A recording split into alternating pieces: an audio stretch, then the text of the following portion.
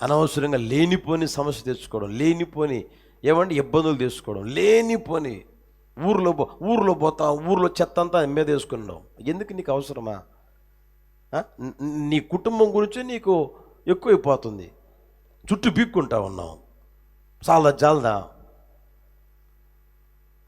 కనుక ప్రియమైన వర్లరా, మీ జీవితాలలో నేరము మోపమాకండి, భరించండి, మొయ్యండి, యేసయ్య నియమాన్ని నెరవేర్చండి. యేసయ్య పొందుకున్న ఆ పోలిక ఏంటంటే ప్రియమైన వర్లరా, పాప శరీర పోలిక, పాప శరీర ఆకారం. ఆయన పాపి కాదు,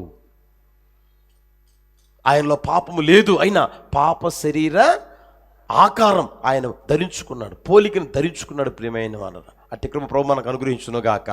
ఇంకొక మాట చెప్తాను చూడండి, రోమాపత్రిక 6వ అధ్యాయం 5వ వచనం. రోమాపత్రిక 6వ అధ్యాయం 5వ వచనం. మరియు ఆయన మరణము యొక్క సాదృశ్యం మందు, చాలు. ఏ సాదృశ్యం అది? ఏ పోలిక? మరణము యొక్క సాదృశ్యం, మరణము యొక్క పోలిక, మరణము యొక్క పోలిక యేసయ్య ధరించాడు. ప్రియమైన వాళ్ళరా, యేసయ్య ఎవరై అంటే ఆది అంతమై ఉన్నవారు, అల్ఫా చెప్పండి, ఓమేగా.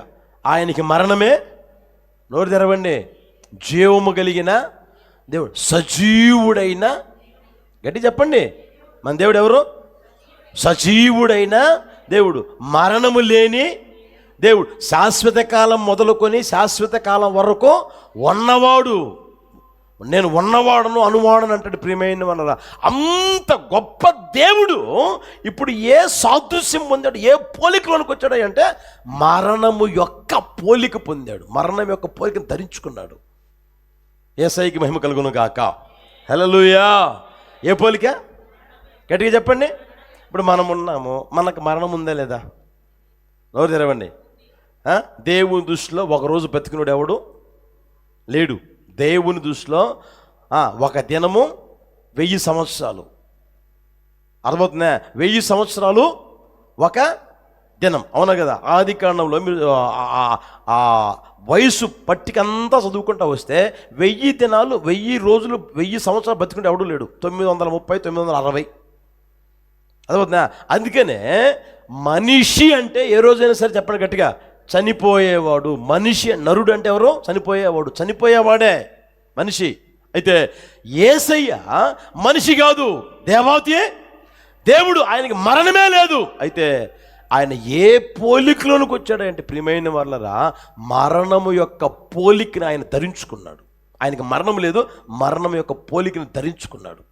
యేసయ్యకి మహిమ కలుగును గాక.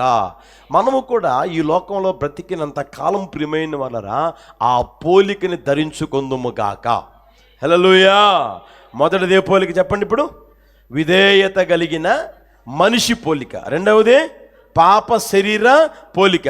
మూడవది మరణము యొక్క, చెప్పండి గట్టిగా, మరణము యొక్క పోలిక. ప్రియమైన వాళ్ళ, ఇప్పుడు మీకు అర్థం కావాలంటే అక్కడే 3వ వచనం చూడండి, అందరూ చదవండి. 6:3 చూడండి, రోమాపత్రిక 6:3. క్రీస్తు యేసులోనికి బాప్తిస్మం పొందిన మనమందరము ఆయన మరణములోనికి బాప్తిస్మం పొందితిరని. అర్థమైందా? క్రీస్తు యేసులోనికి బాప్తిస్మం పొందిన మనమందరము ఆయన మరణములోనికి. మీరు బాప్తిస్మం ఇచ్చేటప్పుడు చూస్తే ప్రియమైన వాళ్ళరా, ఇలా పట్టుకుని ఇలా పడుకోబెట్టి ఇలా లేపుతాం. అర్థమవుతుందా? ఇలా పడుకోబెట్టడం అంటే మరణించడం, ఇలా లేపడం అంటే మళ్ళీ క్రీస్తుతో కూడా లేపడం. అర్థమవుతుందా? ఇలా పడుకోబెట్టడం ఎందుకని? పాతి పెట్టబడ్డం. ఆయన మరణములోనికి బాప్తిస్మం ఎవరికి ఇచ్చేది? నో తెరవండి. ఆ మాట చూడనా, బాప్తిస్మం ఎవరికి ఇచ్చేది? మరణించిన వారికి, అవునా కదా? చనిపోయిన వారికి. ఇప్పుడు మీరందరూ ఎవరో బతుకున్నారా, చచ్చిపోయారా? ఎక్కడ చూస్తున్నారా? నోరు తెరవండి, నోరు తెరవండి గట్టిగా. లోకస్తుల విషయమే ఎలా ఉన్నారు? చూసేదానికి అందరం ఎలా ఉన్నాం? బతికే ఉన్నాం కాదనట్లే, అర్థమవుతుందా? ఆత్మ విషయమే, ఆత్మ సంబంధంగా మారు మనసు పొంది బాప్తిసం పొందిన ప్రతి ఒక్కరూ ఎవరై అంటే మరణించిన వారు, మృతి పొంది. ఎలా అనగా మీరు మృతి పొందితిరి. చూస్తారా? కొలస్సీ పత్రిక 3వ అధ్యాయం మొదటి వచనం చూడండి. కొలస్సీ పత్రిక 3వ అధ్యాయం మొదటి వచనం. మీరు క్రీస్తుతో కూడా లేపబడిన వారైతే పైనున్న వాటినే వెతకండి, అక్కడ క్రీస్తు దేవుడు కుడిపార్శ్వన కూర్చుని ఉన్నాడు. పైనున్న వాటి మీదనే కానీ భూ సంబంధమైన వాటి మీద మనసు పెట్టుకొనకుడి. ఎందుకు? ఎలయనగా మీరు ఎవరు? మృతి పొందితిరి. హల్లెలూయా. అర్థమైందా? మృతి పొందిన వారికే బాప్తిసం ఇచ్చేది. అయ్యా, పాపం విషయమై నేను చనిపోతాను, లోకం యొక్క మూల పాఠముల విషయమై నేను చనిపోతాను, లోకములో ఉన్నవాటి విషయమై నేను చనిపోతాను అని ఎవరైతే మారు మనసు పొందుతారో ప్రియమైన వాళ్ళరా, వారికి బాప్తిసం ఇచ్చేది. అర్థమైంది? అందుకని అక్కడ రాయబడినమాట, క్రీస్తు యేసులోనికి బాప్తిసం పొందిన మనం అందరమును క్రీస్తు మరణములోనికి మీరెరగరా. హల్లెలూయా. మరణం యొక్క పోలికంటే ప్రియమైన వాళ్ళరా, ఈ లోకంలో నీ వ్యక్తిగత జీవితంలో పాపం విషయమై చనిపోయిన వ్యక్తివిగా ఉందువుగాక.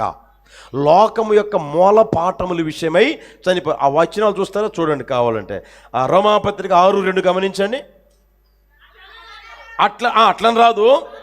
పాపం విషయమై చనిపోయిన మనము ఇక మీదట ఎలాగో దేనిలో? పాపములో. పాపం విషయమై చనిపోయిన మనం ఇక మీదట దానిలో ఎలాగ జీవిస్తాం, ఎలాగ బతుకుంటాం?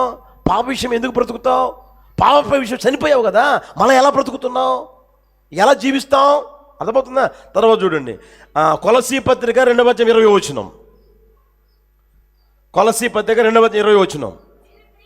మీరు క్రీస్తుతో కూడా లోకము యొక్క మూలపాఠముల విషయమై మృతి పొందిన వారైతే లోకములో బ్రతుకుతున్నట్లుగా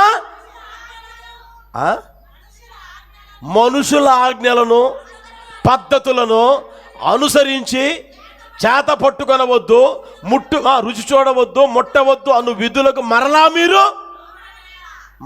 ఎట్లా లోబడుతున్నారు మీరు? ఇంకొక మాట చూపిస్తాను చూడండి. గలతీ పత్రిక 6:14. గలతీ పత్రిక 6:14 చూడండి. అయితే మన ప్రభువైన యేసు క్రీస్తు సిలువ యందు తప్ప మరి దేని యందును అతిశయించుడు నాకు దూరమగును గాక, దాని వలన నాకు లోకమునకు నేనును. హల్లెలూయా. అర్థమవుతుందా? లోకం విషయమై నువ్వు చనిపోయి, లోకం యొక్క మూలపాఠం విషయమై చనిపోయి, పాపం విషయమై నేను చనిపోతూ ఉన్నాను అని నువ్వు మారు మనసు పొంది సేవకుని దగ్గరికి వస్తే సేవకుడు ఏం చేస్తాడంటే బాప్తిసం ఇస్తాడు. అర్థమవుతుందా? బాప్తిసం అంటే అర్థం ఏంటి? ఇప్పుడు చనిపోవడం. బాప్తిసం అంటే అర్థం ఏంటి? పాతి పెట్టడం. అర్థమవుతుంది ప్రియమైన వాళ్ళరా? ఇప్పుడు నీ జీవితంలో ఆ అనుభవం ఉందా? మరణం యొక్క పోలికను ధరించుకున్నావా? బాప్తిసం పొందావు కాదన్నంలే. అయితే ఆ పోలిక నీలో ఉందా? మరణం యొక్క పోలిక నీకు కనిపిస్తుందా? చనిపోయిన అనుభవం నీకు కనిపిస్తుందా? బాప్తిసం పొందావు కదా. లోకం యొక్క మూల పాఠాల విషయమే చనిపోయావా? ఆచారాల విషయమే చనిపోయావా? సాంప్రదాయాల విషయమే చనిపోయావా? ఇంకా నీకేం కావాలి అంటే మంచి రోజు చూడన్నా. ఏందంట చెప్పరాబండి, నా దగ్గరికి వచ్చే మంగళవారమే పెడతా. హల్లెలూయా. మంగళవారం బ్రహ్మాండంగా పెళ్లి చేశా, తెలుసా మీకు? తెలీదా? బ్రహ్మాండంగా బతుకుతున్నారు. నువ్వు మంచి రోజు చూసావో నీ జీవితంలో ఏం జరుగుతుందో ఆలోచన ఎప్పుడు. బైబిల్లో ఏమనుంది? మొదటి రోజు మంచిది, రెండో రోజు మంచిది, మూడో రోజు మంచిది, నాలుగో రోజు మంచిది, ఐదో రోజు మంచిది, ఆరో రోజు మంచిది, ఏడో రోజు కూడా చెప్పరామండి. బైబిల్ లేదా? దేవుడు తాను సృష్టించినది యావత్తు మంచిదిగా ఉండుట చూచెను. చూస్తారన్నమాట. మొదటి అధ్యాయం తీయండి. రెండో అధ్యాయం మొదటి వచనమా చూడండి. 31 వచ్చిన మొదటి అధ్యాయం చివరి వచ్చి చూడ, దేవుడు తాను చేసినది యావత్తు చూసినప్పుడు అది ఏ రోజు మంచిది కాదు చెప్పరేమండి, ఏ రోజు మంచిది కాదు. యేసు ప్రభువు నమ్మినోడికి అన్ని రోజులు మంచియే. యేసు ప్రభువుని విశ్వసించిన వ్యక్తికి, యేసు ప్రభువుని నమ్మి ఆత్మ సంబంధంగా ఎదుగుతూ ఉన్న వ్యక్తికి, పరలోక సంబంధి పోలికను ధరించుకున్న ఏ వ్యక్తికైనా అన్ని రోజులు మంచియే. హల్లెలూయా, హల్లెలూయా. పలానా రోజు మంచి కాదు, పలానా రోజు మంచిది కాదు, పలానా రోజు మంచిది కాదు అంటే నువ్వెవరో తెలుసునా? లోకము యొక్క మూలపాఠముల విషయం ఇంకా నువ్వు చావలా. యేసు ప్రభువుని నమ్మే బాప్తిసం పొందావు, కానీ ఆ పోలిక నీలో లేదు, చనిపోయిన పోలిక నీలో లేదు. అయితే యేసు ప్రభు అంటాడు, నా పోలిక మీరు ధరించండి రా. నేను ఎవరిని పరలోక సంబంధిని దేవునితో కూడా ఉండడం విడిచిపెట్టకుండా భాగ్యం ఎంచుకోనకుండా నేనేం చేశాను? ఈ లోకానికి వచ్చి మరణం యొక్క పోలిక ధరించా. నేను చనిపోయా, పాప విషయమై చనిపోయా, లోకం యొక్క మూల పాఠాల విషయమై చనిపోయాడు. లోకానికి ఆయన చనిపోయాడు. నేను లోక సంబంధిని కానట్టుగా మీరు కూడా లోక సంబంధంలో కారు. హల్లెలూయా. కనుక మన వ్యక్తిగత జీవితంలో ప్రియమైన వాళ్ళరా, ఏదో మందిరానికి రావడం, ఏదో పోవడం, ఏదో వినడం, అది కాదు అవసరం ఉంది. ఇప్పుడు మీరు చూడండి, మీ వ్యక్తిగత జీవితంలో యేసు ప్రభువుని నమ్ముకొని ఇప్పటికి ఎన్ని సంవత్సరాలు ఏందో అన్ని సంవత్సరాల నుంచి ఈస్టర్ చేస్తానో లేదా? ఒక పండగగా లేకపోతే ఒక నామకార్థ బ్రతుకుల్లాగా చేస్తానే ఉన్నారా లేదా? ఎందుకు ఆయన ఈ లోకానికి వచ్చాడు, ఎందుకు చనిపోయాడు, ఎందుకు లేచాడు అనేది గ్రహించి ఈరోజు నేను సరే మీ వ్యక్తిగత జీవితంలో ఆ పోలిక ధరించుకుందురు గాక. మనం ఆ పోలిక ధరించుకుందుము గాక. హల్లెలూయా. మనం చనిపోవాలి, లోకం విషయమే చనిపోవాలి. అందుకనే దైవజన పౌలు గారు అంటారు, ఏమో తెలిసినా, నేను దినదినము చనిపోవచ్చున్నాను. ఏమంటాడు? నేను దినదినము ఒకవేళ ఇతరులకు ప్రకటించిన తర్వాత నేనే భ్రష్టుడనైపోతానేమోనని నా శరీరమును నలగగొట్టి దాన్ని లోబరుచుకొనుచున్నాను. దాన్ని నలగగొట్టి లోబరుచుకుంటా ఉన్నాడంట. అర్థమవుతుంది ప్రియమైన వాళ్ళరా? అందుకని మీకు చెప్పాను కదా, మొట్టమొదటిలో చెప్పాను కదా, ఇది లాంగ్ టైము ప్రాసెస్, ఒక రోజులో జరిగేది కాదు. పోలిక, ఆయన పోలికలోనికి రావడం అంటే ఒక రోజు జరిగేది కాదు. రోజు రోజు రోజు రోజు రోజు రోజు ఆయన పోలికలోనికి మనం వచ్చుదుము గాక. మరణం యొక్క పోలికని నీవు ధరించిన ఆ స్థితిలోనికి నీ జీవితం రావాలని ప్రభు కోరుకుని ఈ మాటలు తెలియజేస్తున్న ప్రియమైన వాళ్ళ. పాపం నిమిత్తం నువ్వు చనిపోవాలి. చనిపోయిన వ్యక్తి మరలా లేస్తాడా? నో తెరవండి. మీ ఇళ్లలో, మనందరి ఇళ్లలో చనిపోయారా లేదా? నోరు తెరవండి. ఎవరో ఒకరు చనిపోయి చూసామా లేదా? మరలా లేచారా? మమ్మీ నీకు ఇష్టమైన బిర్యానీ తెచ్చిపెట్టాను మమ్మీ, లే మమ్మీ, తిను మమ్మీ అని లేచిందా? నేను చూస్తున్నారు. అప్పుడప్పుడు అంటూ ఉంటారు కదా, ఆ చనిపోయిన కాడికి పోయి చూడండి కావాలంటే. ఒక పక్క బాధ వస్తున్నా, ఒక పక్క నాకు హల్లెలూయా అలా నవ్వు వస్తూ ఉంటుంది. అర్థమైందా? ఒక పక్క వాళ్ళు ఏడుస్తూ ఉంటారు కాబట్టి బాధ కలుగుతుంది, కాదన్నా. ఎందుకంటే ఆ లోటు తీర్చలేం కదా. తీరుస్తారా? తీర్చలేవు. అలా ఆ సమయంలో మాట్లాడే మాటలు చూడండి కావాలంటే మీరు. నీకు ఇష్టమని ఇల్లు కట్టించుకున్నావు మమ్మీ, అప్పుడే పోయావా? లే మమ్మీ అన్నారా లేదా? లేచిందా? ఎక్కడ చూస్తారు? లేచిందా? ఇక మీద నువ్వు చెప్పిన మాట వింటాను మమ్మీ, లే మమ్మీ. లేచిందా? లే. చనిపోయిన తర్వాత ఒక్కసారే చనిపోవాలని నియమించాడు. ఇంకా చనిపోతే ఇంకంతే, ఇంక మళ్ళీ లేచేది లేదు. అర్థమవుతుంది? అదేవిధంగా ఆత్మ సంబంధంగా నువ్వు చనిపోతే మళ్ళీ లేవకూడదు. నువ్వు ఎందుకు లేస్తున్నావు అప్పుడప్పుడు? అర్థమైందా? ఇప్పుడు ఆడ కీబోర్డ్ ఉందా లేదా? నా వైపు చూడండి, ఉందా లేదా? అక్కడ ఒక మనిషి ఉండి దానికి కరెంటు పెట్టి దాన్ని వాయిస్తూ ఉంటే దానిలోంచి ఏమొచ్చినాయి? నో తెరవండి. ఇంపైన, వినదగిన, సొంపైన, చెప్పండి, సంగీతం వచ్చిందా లేదా? ఇప్పుడు దానికి కరెంట్ ఉంది కాదన్నంలే, వైర్లు కూడా ఇచ్చిపెట్టున్నారు, కనెక్షన్ కూడా ఇచ్చిపెట్టున్నాయి. మరి అందులో శబ్దం రాలేదు ఎందుకని? నేను అడుగుతున్నారు ఎందుకని? దాని జోలి పోలా, ఆ కీబోర్డ్ జోలి చెప్పండి పోలా. ముందు కరెంటు ఉంది, ఇప్పుడు కరెంటు ఉంది. ముందు ఆ వైర్ ఉంది, ఇప్పుడు ఆ వైర్ ఉంది కాదన్నంలే. అందులో శబ్దాలు ఎందుకు రావట్లేదు అంటే దాని జోలి పోలా. అర్థమవుతుందా? చనిపోయానని చెప్పి నువ్వేం చేయాలి? దాని జోలి పోకూడదు. చనిపోయానని చెప్పి నువ్వు దాని జోలి పోతున్నావు అనుకో, శబ్దాలు వస్తూ ఉంటాయి. అర్థమైందా? నువ్వు ఏం వాయిస్తావో అక్కడ శబ్దాలు వస్తూ ఉంటాయి. కుయ్యి అంటే కుయ్యి వస్తుంది, లేకపోతే కీ అని పెట్టాడు అనుకో, వాడు అది పట్టుకున్నావు అనుకో, కీ అని దుబ్బని పెట్టాడు అనుకోడు, బేస్లో పెట్టాడు అనుకో దుబ్బు అంటూ ఉంటుంది దాంట్లో. అర్థమవుతుందా? దాని జోలి పోకూడదు అంతే. పాపం విషయం నువ్వు చనిపోయావా, పాపం జోలి పోకూడదు. లోకం యొక్క మూలపాఠం విషయం చనిపోయావా, దాని జోలి మళ్ళీ పోకూడదు. ఆచారాల విషయమే చనిపోయావా, మళ్ళీ దాని జోలి పోకూడదు. సాంప్రదాయాల విషయమై చనిపోయావా, దాని జోలి పోకూడదు. మళ్ళా లోక సంబంధ వ్యవహారాల విషయమై చనిపోయావా, మళ్ళీ నీకు లోక సంబంధ వ్యవహారాలు ఎందుకు? అర్థమవుతుందా?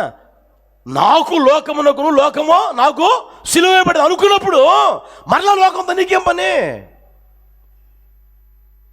నేను లోక సంబంధిని కాను అని చెప్పినప్పుడు మరలా లోకంతో నీకేం పని? లోకస్తులతో నీకేం పని? అప్పుడప్పుడు ఏం చేస్తుంది చెప్పండి గట్టిగా?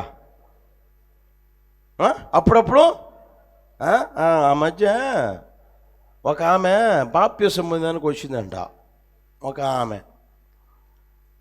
ఇంత పెద్ద బొట్టు పెట్టుకొని ఎన్ని వేసుకొని మొత్తం మీద వచ్చిందంట.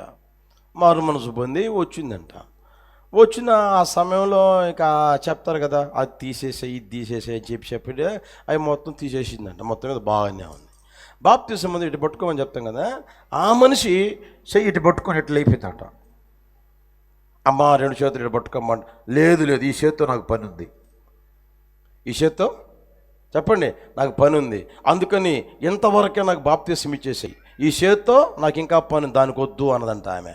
ఏమంటే ఆమెను ఎవరో అన్నారంట, ఆమె ఎవరో కొట్టారంట. అర్థమైందా? ఏమండి ఈ చేత్తో ఇంకా పని ఉందంట, ఈ పని ఉందంట ఇంకా. అర్థమవుతుందా? ఆమె నిజం ఒప్పుకున్నది. ఇప్పుడు చెప్పండి, పూర్తిగా మునిగి కూడా మళ్ళీ లేస్తున్నాం అన్న. పూర్తిగా బాప్తిసం పొందారా మీరు? అప్పుడప్పుడు చెప్పండి అన్న, మంచి రోజు చూడన్నా ఏంటంట, కొంచెం ఆలోచన చేసుకోవాలని ప్రేమతో తెలియజేస్తా ఉన్నా. నా ప్రభు పోలికలను వచ్చుదము గాక. ఏ పోలిక అది? ఇప్పుడు చెప్పండి. మరణము యొక్క పోలిక. మరణము యొక్క పోలిక యేసయ్య ధరించాడండి, పరలోక సంబంధి ధరించాడండి మరణం యొక్క పోలిక. అందుకని మనము కూడా మరణం యొక్క పోలిక ధరించుదుము గాక. ఏ విషయమైనా సరే లోకం యొక్క పాపం విషయమై, మూలపాఠాల విషయమై, లోకం విషయమై మనం చనిపోయిన వారంగా ఉండగలిగే స్థితిలోనికి రావాలి. ఏ రోజైనా సరే దాని జోలి మనకు అవసరం లేదు, నాకు దానికి సంబంధం లేదు, అంతే. హల్లెలూయా. ఇంకొక మాట చెప్తాను చూడండి, 6వ అధ్యాయం 5వ వచనం చూడండి. అదే ఇందాక చదివారే, అందరూ చదవండి, ఏమనుకోవద్దు అందరూ చదవండి, కింద మీద అంతా.